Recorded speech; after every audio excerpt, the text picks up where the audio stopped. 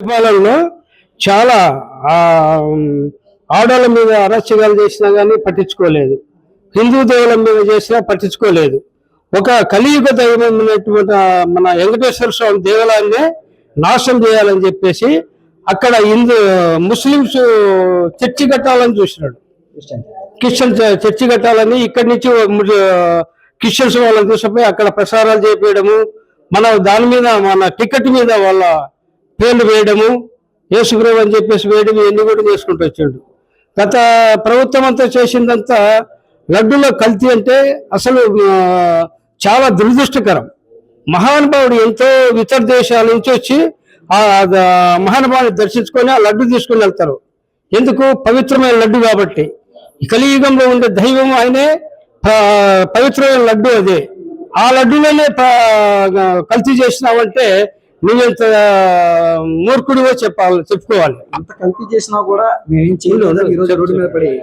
ఇప్పుడు అంత కల్తీ చేసినావంటే నీ అంత మూర్ఖుడు ఇంకా లేడు. కానీ ఇంత కల్తీ చేసినా నువ్వు దాన్ని స్పందించడంలే. మా వల్ల తప్పు అయిపోయింది, సరే మేము క్షమాపణ చెప్తాము, ఇక మీద జరగకుండా చూసుకుందాము అనే మాట నీ నోటి గుండా రాలేదు. కాకపోగా మళ్ళా నిందలు ఎవరి మీద చేస్తున్నావు? ఇప్పుడు వచ్చిన వాళ్ళ మీద నువ్వు నిందలేసి వాళ్ళే చేశారు వీళ్ళు చేశారని చెప్పేసి దాన్ని బుకాయించుకుంటున్నావు. అది కానీ ఎప్పుడు జరగదు.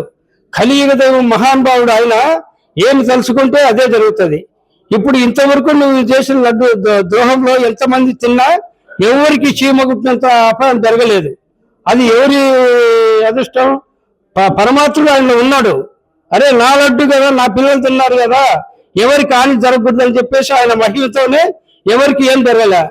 కొన్ని లక్షల మంది కోట్ల మంది తిన్నారు. కోట్ల మంది తిన్నా ఎవరికి కూడా ఏం కాలే.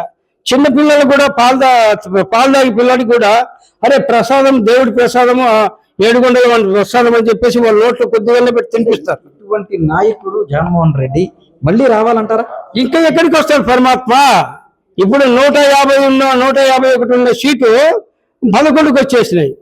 రేపు ఆ 11 కూడా ఉంటే లేదో ఉండవు. హిందూ సమాజం తలుచుకుంటే ఎంతలా కోటేశ్వరుడైనా పతం కావాల్సిందే. ఇది మహానుభావునితో పెట్టుకున్నాడు. ఎవరితో? మానవులతో కాదు పెట్టుకున్నది.